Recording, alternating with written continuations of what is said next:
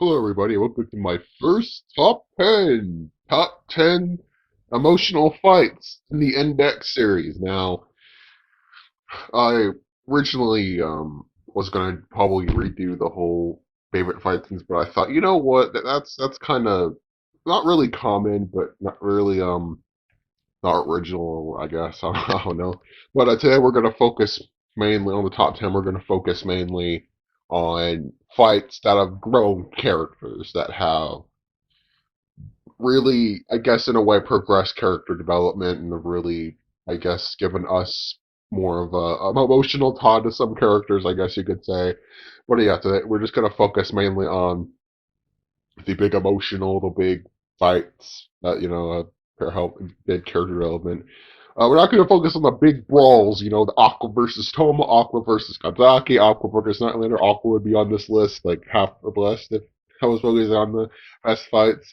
But yeah, we're just going to focus mainly on the whole emotional aspect, of the sense of dread, the sense of urgency, the sense of, oh, this is really sad or really tense. So well, yeah, let's get into it. Okay, number 10 is going to be Index versus Sal, Kanzaki, and Toma.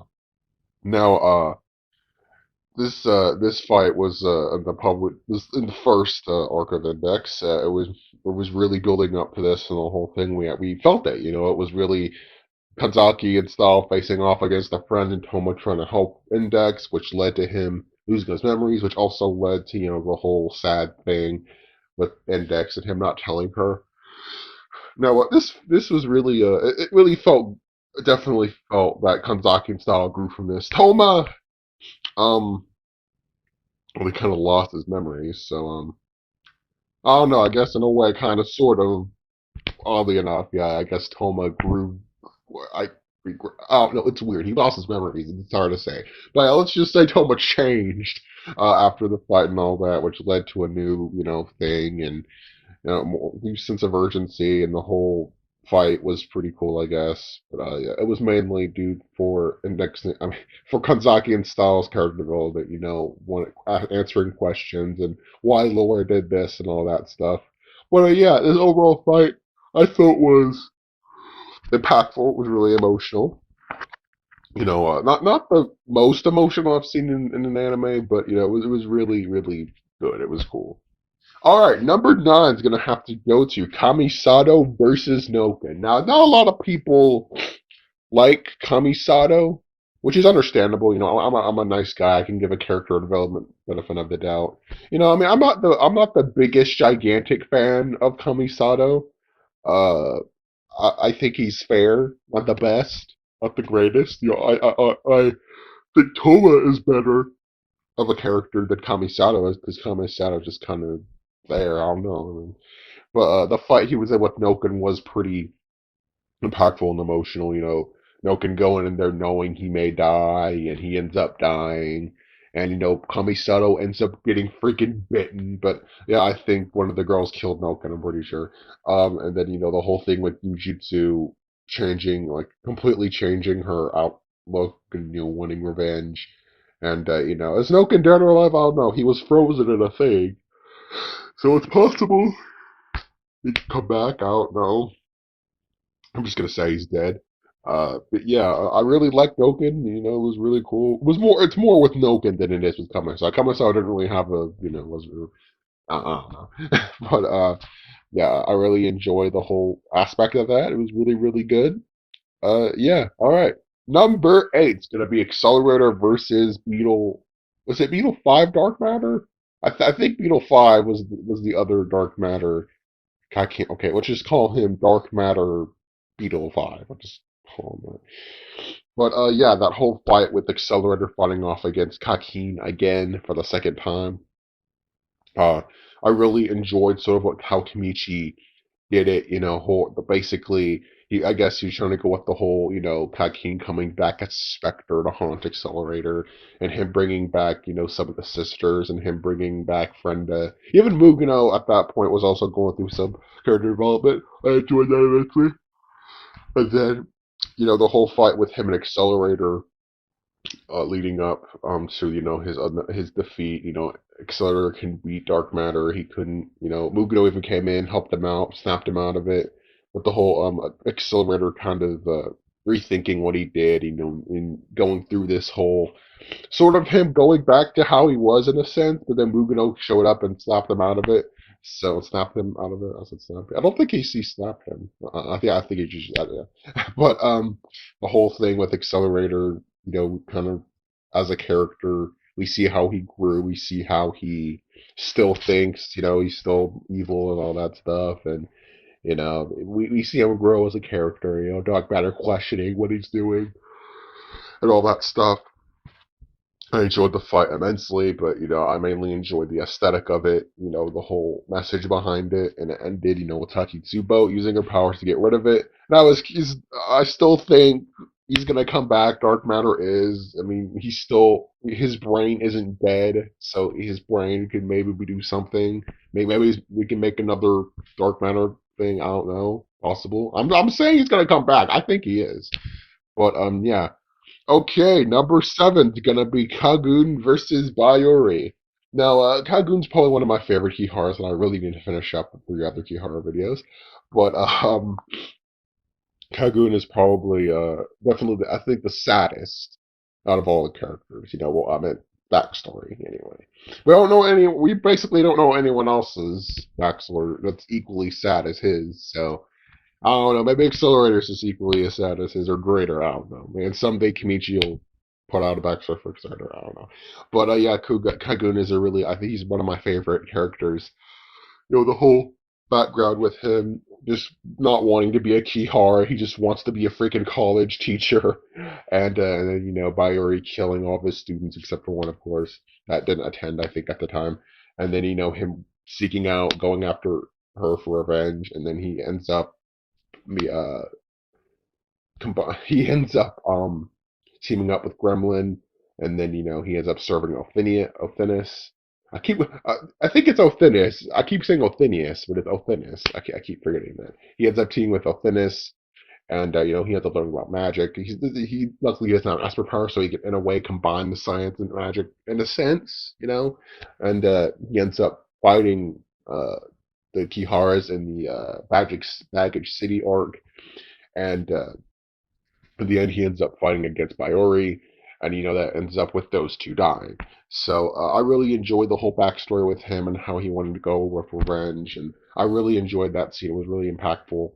And also, then he comes back as a zombie thing. I don't know. I mean, I'm still gonna say he's dead because he's still he's a zombie now, or a ghost thing. I don't.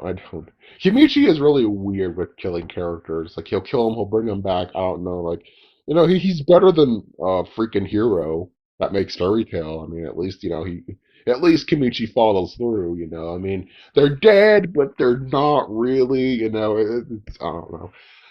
Okay, moving on. We got a number six, Accelerator versus Musica from the Railgun S arc. Now, the sister arc in Railgun's really, I enjoy it way better than freaking Index. Index just it's like, oh, it's began, now it's over.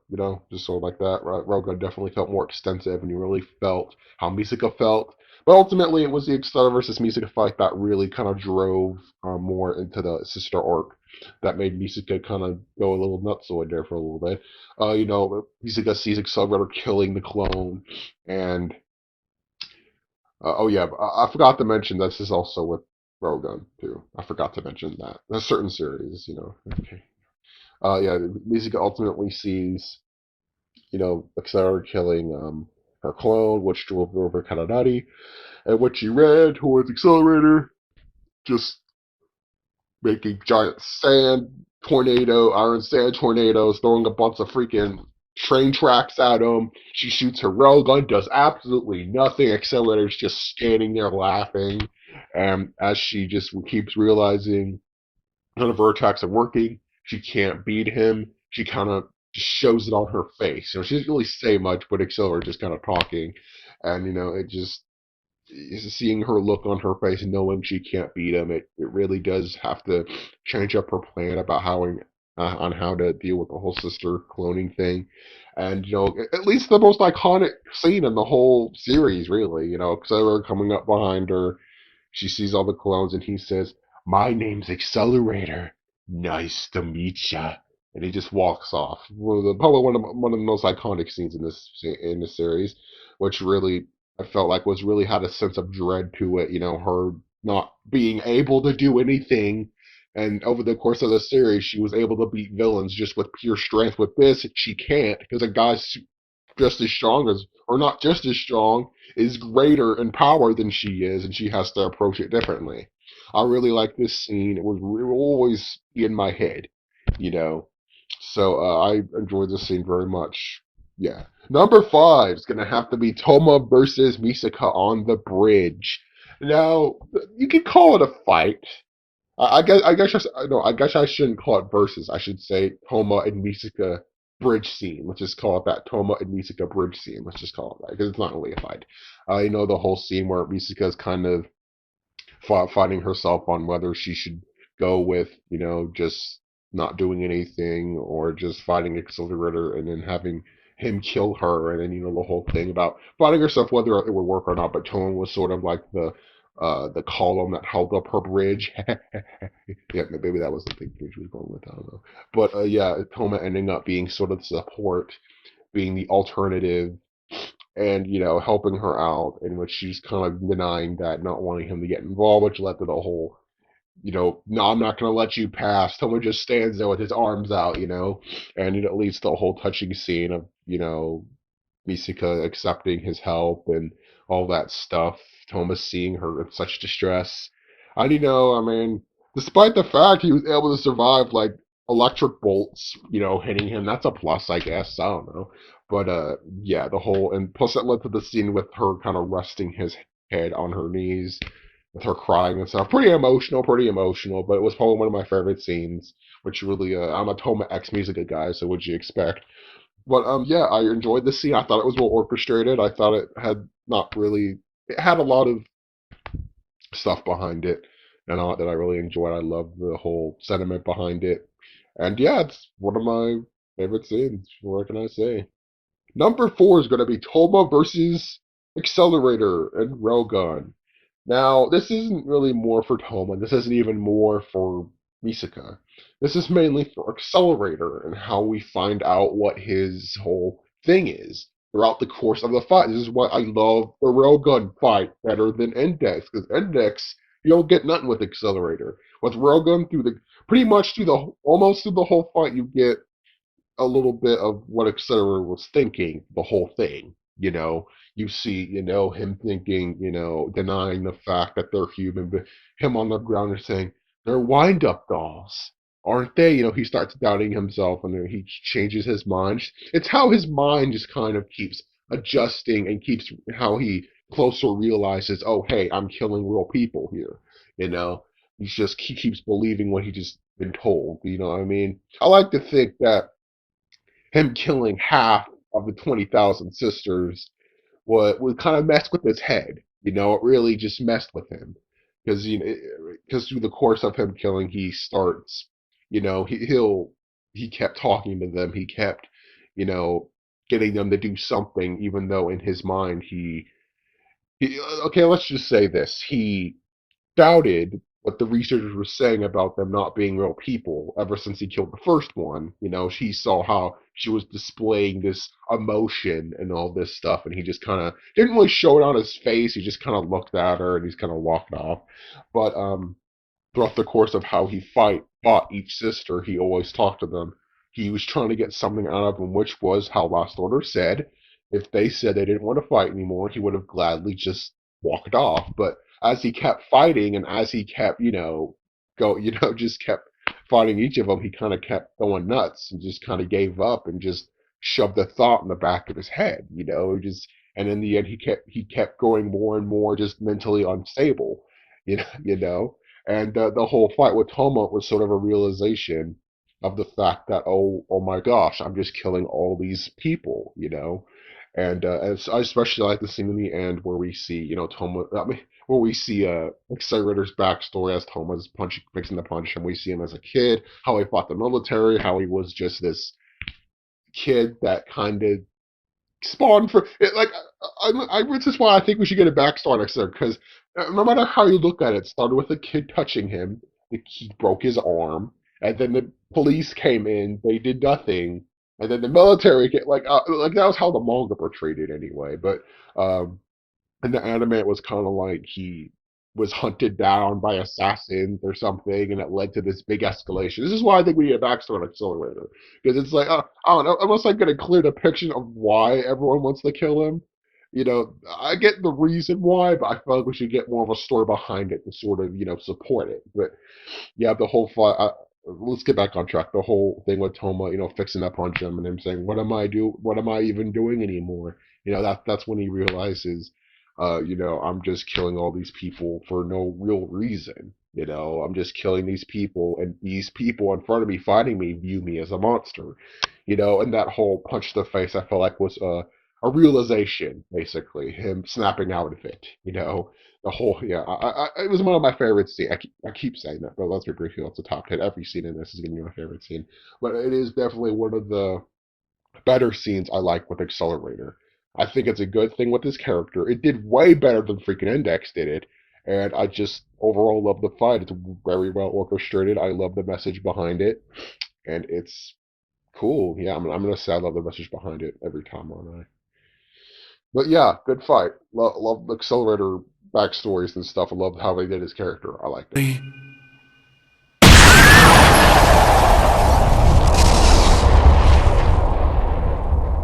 What am I even doing anymore?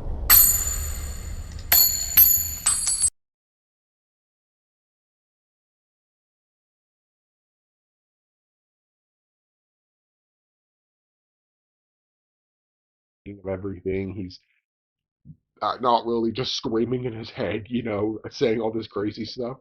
But I overall enjoyed the whole message Toma gave out, what a hero is, and ending with Toma defeating Accelerator again, and then Accelerator wanting, saying how he isn't that great of a person. He's last order's dying, and he's blaming it all on Toma because he's the one that saved it.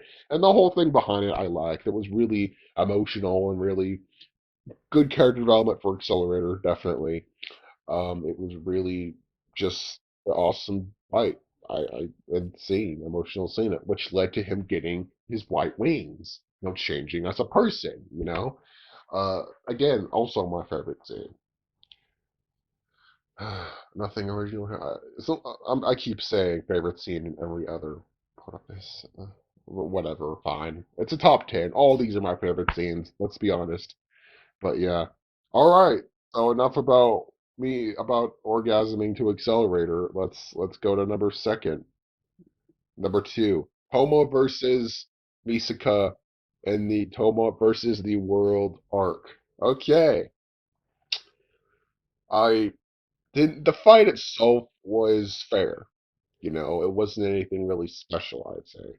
I say that, but maybe if I look back on it, maybe it'd be really good. I don't know. But I mainly liked the whole it being the opposite to the bridge scene with Toma and Misaka.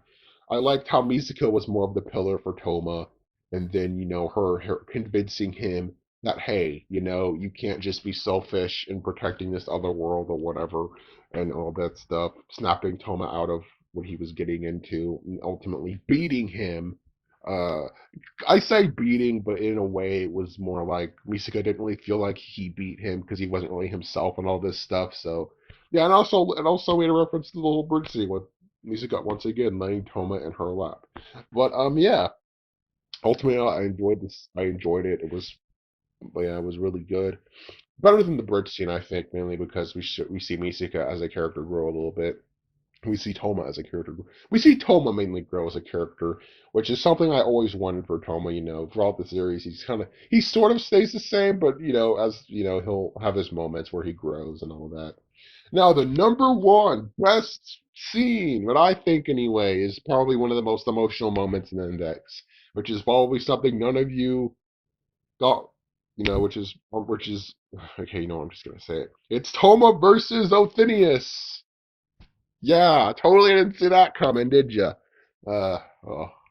Now, the fight itself was good. It's pretty awesome, not gonna lie. But it was probably one of the most, and everyone will probably agree on this, one of the most emotional scenes in the whole series.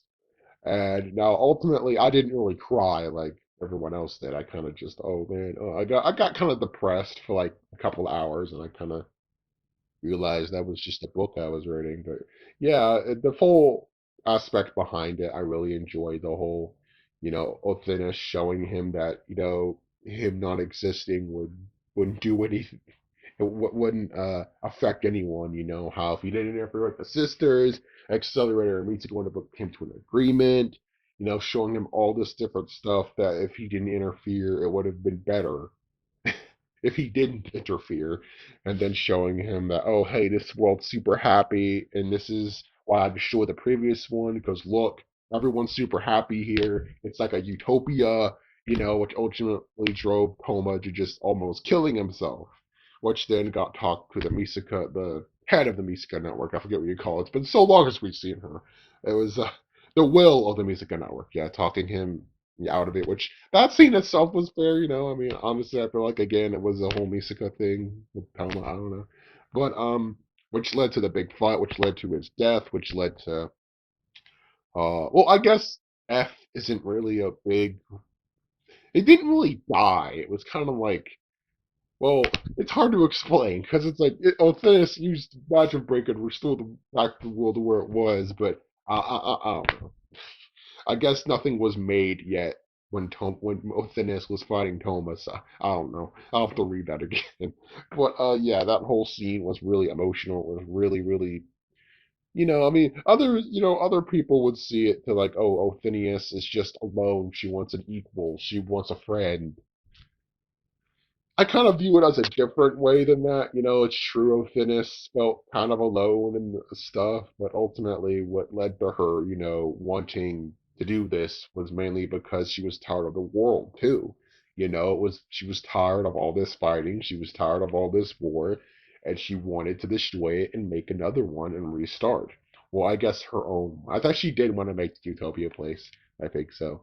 But yeah, this fight was really cool. I liked it. I think the emotional aspect of this fight topped any other on this list, mainly due to the fact we got a whole freaking volume dedicated to it. It really really made Toma into a somewhat better character than how I originally saw him when I before I read it. Before I read it, my thoughts on him before I read that chapter were changing a little bit.